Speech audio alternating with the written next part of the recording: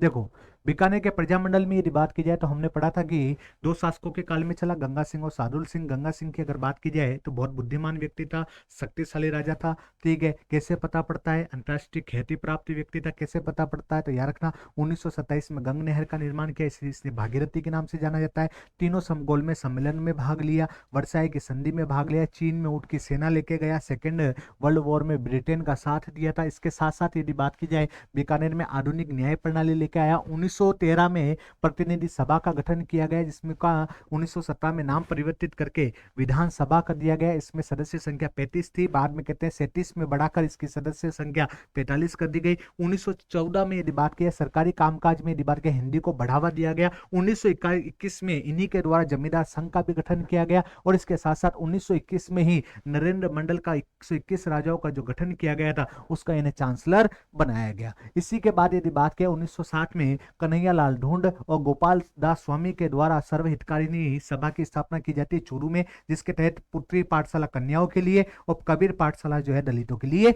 खोली जाती है। इसी बीच 1920 में सद विद्या पचारिणी सभा का गठन किया जाता है। धर्म विजय और सत्य विजय नामक नाटक रचे जाते हैं। इसके साथ साथ यदि बात करें 26 जनवरी 1930 को चूरू के अंदर धर्म स्तूप पे टीके चंदनमल बहड़, गणपति दास और वेद शांत शर्मा के द्वारा तिरंगा फहरा दिया जाता है, इसके द्वारा इन्हें कैद कर लिया जाता है, साथ ही मंदिर को जब्त कर लिया जाता है। कहते हैं बाद में घनश्याम दास बिरला और मदन मोहन मालवीय के कहने पर यह मंदिर छोड़ दिया जाता है। विजय सिंह मेहता के द्वारा एक पुस्तक लिखी गई थी, जिसका नाम था बीकानेर में नादिर शाही, और इसके अलावा बीकानेर एक दिग्दर्शन नामक पत्रिका जो लिखी गई थी वो अमृतलाल सेठ और पीएल चूड़ीगर के द्वारा लिखी गई, जिससे यदि बात की जाए 1931 के गंगा सिंह के द्वितीय गोलमेज सम्मेलन में, ठीक है, यदि बात की वितरित कर दी जाती है। किसके द्वारा? चंदनमल भेड़, गोपाल स्वामी के अन्य साथियों के द्वारा। वो कहते हैं कि इनका, ठीक है, कुशासन की पोल पट्टी खोल के रख देते हैं बीकानेर के, इसके कारण वो क्रोध में आ जाता है। क्रोध में आने के बाद ये वापस से बीकानेर आता है। बीकानेर आकर यदि बात की एक तो एक्ट लागू करता है, इसका नाम होता है सार्वजनिक सुरक्षा एक्ट, जिसे यदि बात की रोलक एक्ट की संज्ञा दी जाती है। इसके साथ साथ बीकानेर का काला कानून भी कहा जाता है। इसके तहत कहा जाता है कि संदेह के आधार पर किसी भी व्यक्ति को जो है जेल में डाला जा सकता है, कैद किया जा सकता है। इसी के साथ साथ यदि बात की जाए, ठीक है, बीकानेर षड्यंत्र अभियोग लगाया जाता है 8 लोगों पे। बोला कौन कौन है? चंदनमल बहड़, गोपाल दास, प्यारेलाल, गणपति दास, वेद शांत शर्मा, बद्री प्रसाद, खूब राम सराफ और सत्यनारायण सराफ। कहते हैं इनका केस जो लड़ा जाता है वो रघुवर दयाल गोयल के द्वारा, जिसका साथ जो है बाबू मुक्ता प्रसाद के द्वारा दिया जाता है। कहते हैं उसके बावजूद भी यदि बात की जाए इन्हें 7 वर्ष की क्या हो जाती है? सजा हो जाती है। इसके साथ साथ बीकानेर दिवस जो है वो कब बनाया जाता है? तो आपको बताना है कि इसी के विरोध में बीकानेर दिवस बनाया गया 1933 में। हरिभाऊ उपाध्याय, ठीक है, इन्होंने भी विरोध किया था त्याग भूमि में अजमेर से, जबकि रियासती नामक अखबार में सुमनेश जोशी के द्वारा विरोध किया जाता है इसी का। ठीक है, इसके साथ साथ 1936 में जब कराची में अखिल भारतीय देशी राज्य लोक परिषद का सम्मेलन आयोजित किया जाता है, तो कहते हैं कि यहाँ यदि बात की जाए अध्यक्ष जवाहरलाल नेहरू होते हैं, महामंत्री जयनारायण व्यास होते हैं, जबकि बीकानेर से भी एक व्यक्ति शामिल होता है जिनका नाम होता है लक्ष्मीदास स्वामी। लक्ष्मीदास स्वामी, कहते हैं कि लक्ष्मीदास स्वामी और मेघाराम वेद के प्रयासों से यदि बात की 1936 में बीकानेर प्रजामंडल की स्थापना की जाती है। इसका अध्यक्ष तो मेघाराम वेद बनता है, जबकि मंत्री जो है इसी लक्ष्मीदास स्वामी को बनाया जाता है। साथ ही इसका कोषाध्यक्ष जो बनाया जाता है वो याकना भिक्षालाल बोहरा के द्वारा बनाया जाता है। बाद में कहते हैं कि इस प्रजामंडल को जो है वो क्या कर दिया जाता है? अवैध घोषित कर दिया जाता है, और इसकी स्थापना कहाँ की जाती है? पुनः कलकत्ता में की जाती है।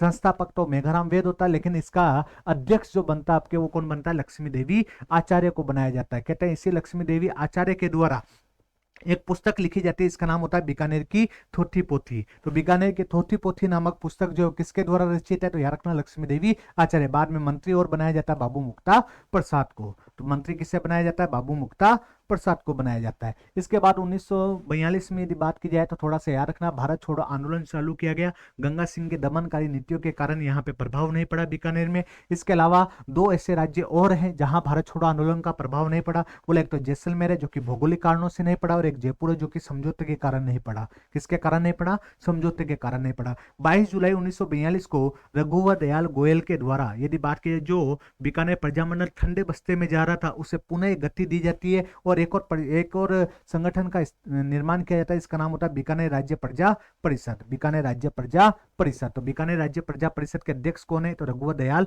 गोयल है। कहते हैं इसका प्रथम सम्मेलन जो है वो 1944 में कहाँ आयोजित किया जाता है? 1946 में कहाँ आयोजित किया जाता है? तो यातना राय सिंह नगर गंगानगर में किया जाता है, जहां चना निकासी आंदोलन के तहत तिरंगा रैली निकाली जाती है और इसी रैली में पुलिस के द्वारा फायरिंग कर दी जाती है। इसमें बीरबल नामक एक व्यक्ति जो है वो क्या हो जाती है, उसकी मृत्यु। और इसी की याद में यदि बात की 17 जुलाई 1946 को बीरबल दिवस बनाया गया। कौन सा दिवस बनाया गया? बीरबल दिवस बनाया गया। बाद में कहते हैं 1943 में गंगा सिंह की मृत्यु हो जाती है, शार्दुल सिंह अगला शासक बनता है। ठीक है, कहते हैं इसके ऊपर दबाव डाला जाता है। दबाव कैसे डाला जाता है? तो याद रखना 26 अक्टूबर 1944 को यदि बात की मेघाराम वेद के द्वारा दमन विरोधी दिवस बनाया जाता है। इन सभी के प्रभावों के कारण यदि बात की जाए अंततः, ठीक है, 30 मार्च 1949 को शार्दुल सिंह को बीकानेर के या राजस्थान के एकीकरण के, ठीक है, विलय पत्र पे हस्ताक्षर करने पड़ते हैं और वहां उत्तरदायी शासन की स्थापना हो जाती है। बीकानेर जो है राजस्थान का एक भाग बन जाता है। इसके अलावा कुछ हमने महत्वपूर्ण दिवस देखे थे। 1933 में बीकानेर दिवस बनाया गया था, 17 जुलाई 1946 को बीरबल दिवस। ठीक है, एक थोड़ा सा ध्यान रखना, 23 जनवरी 1946 को नेताजी दिवस, 26 जनवरी 1946 को स्वतंत्रता दिवस बीकानेर में बनाया गया था। ठीक है, और ये भी इंपॉर्टेंट है, 14 मई 1941 को कौन सा दिवस बनाया गया? तो माफी दिवस बनाया गया। ठीक है, इसके अलावा, ठीक है, थोड़ा सा याद रख लेना। ठीक है, 28 अप्रैल 1947 को, ठीक है, बीकानेर की ओर से केंद्रीय विधान निर्माण सभा में यदि बात की किसे भेजा जाता है? तो याद रखना के एम पनिकर को भेजा जाता है। किसको भेजा जाता है? के एम पनिकर को। और इसके साथ हमने पढ़ा था कि बीकानेर में यदि बात की जाए, ठीक है, कुछ आंदोलन संचालित हुए। बोले कौन कौन से हुए? तो याद रखना किसान आंदोलन में यदि बात की उदासर से चालू हुआ, ठीक है, महाजन, दूधवा खारा, कांगड़ा और गंगनहर। उदासर की अगर बात की जाए तो थोड़ा सा याद रखना 1937 में हुआ, महाजन 1938 में हुआ। यहाँ कौन व्यक्ति थे? तो याद रखना यहाँ जो व्यक्ति थे उनका नाम क्या था? तो याद रखना जीवन राम चौधरी थे।